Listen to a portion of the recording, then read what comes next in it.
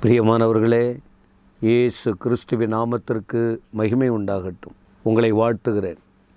கர்த்தருடைய கிருபையினால் இந்த முறை ஒரு தலைப்பின் அடிப்படையில் பரலோக தேவனுடைய உணர்வின்படி, பரிசுத்த ஆவியானவர் கொடுக்கிற சிந்தனையின்படி வேத வசனத்திலிருந்து, என வேத வசனங்களை ஆராய வேண்டுமா, வேத வசனங்களை படிக்க வேண்டுமா, வேத வசனங்களை தியானிக்க வேண்டும், வேத வசனங்களை கேட்க வேண்டும், இந்த வேத வார்த்தையை பிறருக்கு அறிவிக்க வேண்டும். அதுதான் வேதத்தின் நோக்கமே. ஏன்னா இது பரிசுத்த வேதம், பரிசுத்த தேவன், பரிசுத்த மனிதர்களால், பரிசுத்த ஆவியானவராலே உணர்த்தப்பட்டு எழுதப்பட்டதான 1189 அதிகாரம், 31,104 வசனத்துக்கு மேலாக இந்த பைபிளில் இருக்குது. இந்த இவ்வளோ பெரிய பைபிளில் 31,104 வசனங்களுக்கு மேலே இருக்குது. எல்லாத்தையும் ஒரே நேரத்தில் சொல்லிட முடியுமா? நானும் 43 வருஷமாக இதை சொல்லிக்கிட்டே இருக்கிறேன். இன்னும் இதை முழுமையும் சொல்லலை, திருப்தியாக ஜனங்களுக்கு சொல்ல முடியல. இது ஒரு கடல் ஆழம். இதற்குள்ள புதையல்கள் இருக்குது, இதற்குள்ள பொக்கிஷம் அடங்கியிருக்கு. இதை படிக்க படிக்க, தியானிக்க தியானிக்க உள்ளிருந்து எடுத்து கொடுக்க முடியும். ஆனால் உங்களுக்கோ மேலோட்டமாக சொல்லுகிறோம். இது ஒரு பெரிய ஆசீர்வாதம். அப்போது சங்கீதம் 34:10, சிங்கக்குட்டிகள் தாட்சி அடைந்து பட்டினியாய் கிடக்கும், கர்த்தரை தேடுகிற நீங்கள் கர்த்தரை தேடினால், நீங்கள் கர்த்தருடைய வழியிலே நடந்தால், நீங்கள் தேவ வார்த்தைக்கு கேட்டு வாழ்க்கையை ஒப்பு கொடுத்தவரை பிடிச்சிக்கிட்டிங்கன்னா ஒரு நன்மையும், தடையெல்லாம் கூட மாறிடும். எந்த மனுஷன் தடை பண்ணினாலும், எந்த இடைஞ்சல் உங்களுக்கு வந்தால் எல்லாம் மாறிடும். ஆண்டவர் எல்லாம் மாற்றிடுவார். இப்படி தான் ஒவ்வொரு வார்த்தையாக 5 செய்தி ஏற்கனவே கொடுக்கப்பட்டிருக்கிறது. இதோ கடைசியாக ஒரு 6வது செய்தியாக உங்களுக்கு நான் இதை சொல்லி, அடுத்து வரும்போது வேறு ஒரு தலைப்பின் அடிப்படையில் உங்களுக்கு தேவ வார்த்தையை சொல்ல ஆவியானவர் உணர்வை தருவாராக. அப்போ என்ன செய்யணும்? நீங்கள் நிறைவோடு வாழணுமா? நீங்கள் கஷ்டப்பட்டுக்கிட்டே இருக்கீங்களா? பல வருஷமாக, பல நாட்களாக சம்பாதிக்கிறதெல்லாம் பொத்த பையில் போயிடுது, குடும்பத்தில் நிம்மதி இல்லை, பசி பட்டினி, கடன் தொல்லை, கண்ணீர், ஏன்னு தெரியல, என்னதான் பண்ணுறதுன்னு தெரியல. இப்படி ஒரு கேள்வியோடு கண்டிப்பாக இருக்கிறீங்களா? அதற்கு பதில் என்ன தெரியுமா? ஒருவர் குறைகளை ஒருவர் மன்னியுங்கள். ஒருவருக்கொருவர் குறைகளை மன்னிக்கணும். ஆனால் பொதுவாக நீங்கள் பார்த்தீங்கன்னா அப்படி மன்னிக்கிறது இல்லை. என்னை இப்படி பேசிட்டாங்க, நான் சாகிற வரைக்கும் அவர்களை மன்னிக்க மாட்டேன். என்னை அவமானப்படுத்திட்டாங்க, அவங்க வீட்டு வாசலை மிதிக்க மாட்டேன். என் குடும்பத்தை கெடுத்துட்டாங்க. உங்களுக்கு தெரியும், நிறையா பேர் சொல்லுவதை தேவனை அறியாதவங்க சொல்லலாம், இந்த வேத வசனம் புரியாதவங்க சொல்லலாம். ஆனால் வேத வசனத்தை அறிந்தவங்களும் அறியாதவங்களும் நீங்கள் புரிந்து கொள்ள வேண்டும். ஒருவர் குறையில்லாத மனுஷன் யாருமே இல்லை. நாங்களும் குறை, நீங்களும் குறை. இதை கேட்குறவங்களும் சரி, இதை பார்க்குறவங்களும் சரி, சொல்கிறவங்க வாழ்க்கையில் குறைகள் இருக்கும். ஆனால் பிடிவாதமாக உள்ளத்தில் வைராக்கியத்தை வைத்து கொண்டு யாரையும் மன்னிக்க நான் தயாராக இல்லை. நான் கடைசி வரைக்கும் என் குணம் அதுதான், நான் அப்படி தான் இருப்பேன். பிடிவாதமாக இருந்தால் தயவு செய்து மாற்றிக்கொள்ளுங்கள். அது மனிதனுக்கு அழகே இல்லை.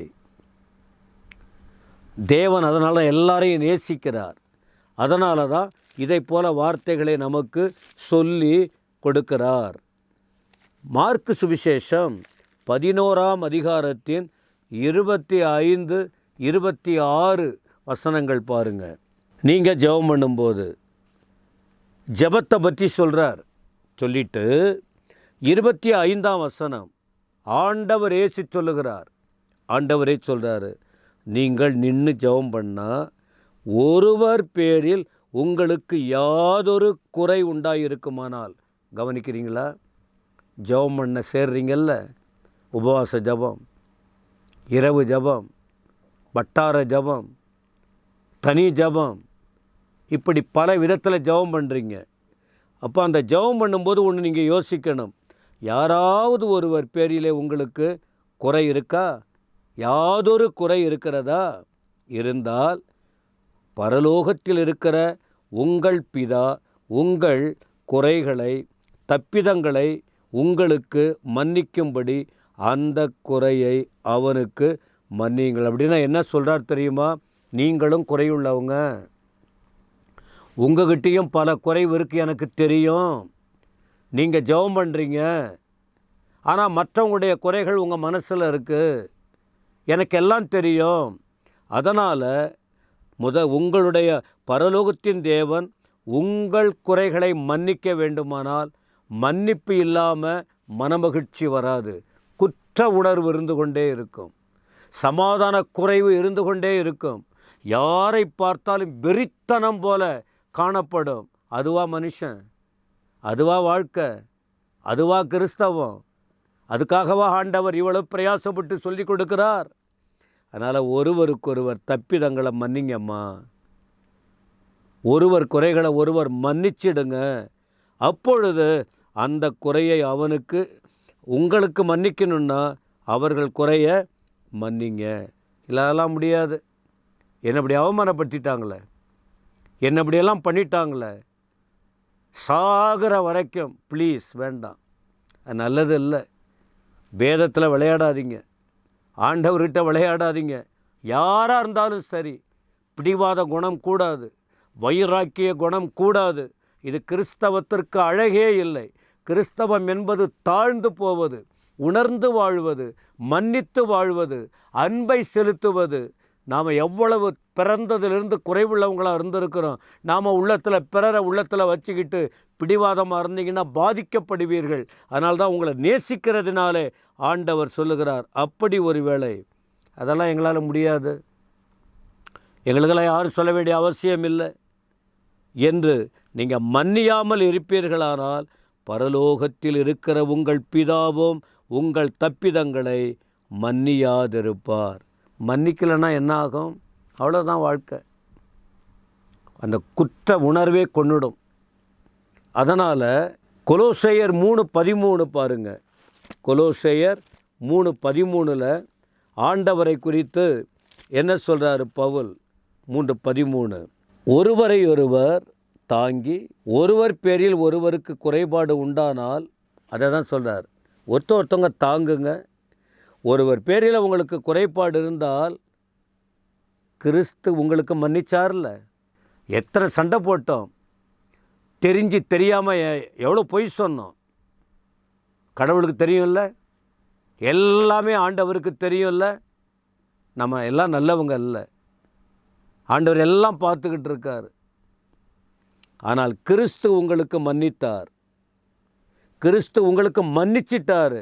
அதனால் ஒருவர் குறைகளை ஒருவருக்கொருவர் கண்டிப்பாக நீங்கள் மன்னிக்கணும். இது கர்த்தருடைய வார்த்தை. இதை நீங்கள் கேட்டு நீங்கள் இருதயத்தை கடினமாக்கினால் கஷ்டப்படுவீங்க. வேண்டாம், ஒருவர் குறைய நீங்கள் மன்னிக்கணும். ஏசாயா 55:7 சொல்லுகிறது, அந்த ஆண்டவர் யார்? மன்னிக்க தயை பெருத்தவர். உணர்ந்துட்டா, அறிக்கையிட்டு விட்டால், குறைகளை விட்டு விலகி வந்தால், இன்னொருவர் குறைய மன்னிச்சா உங்கள் குறைகளை மன்னிக்க அவர் தயை பெருத்தவர். எனவே இப்படிப்பட்ட வார்த்தைகளை பிடித்து கொள்ளுங்க, ஆண்டவருக்காக வாழுங்க. ஆண்டவர் உங்களை ஆசீர்வதிப்பாராக. ஆமேன், ஆமேன்.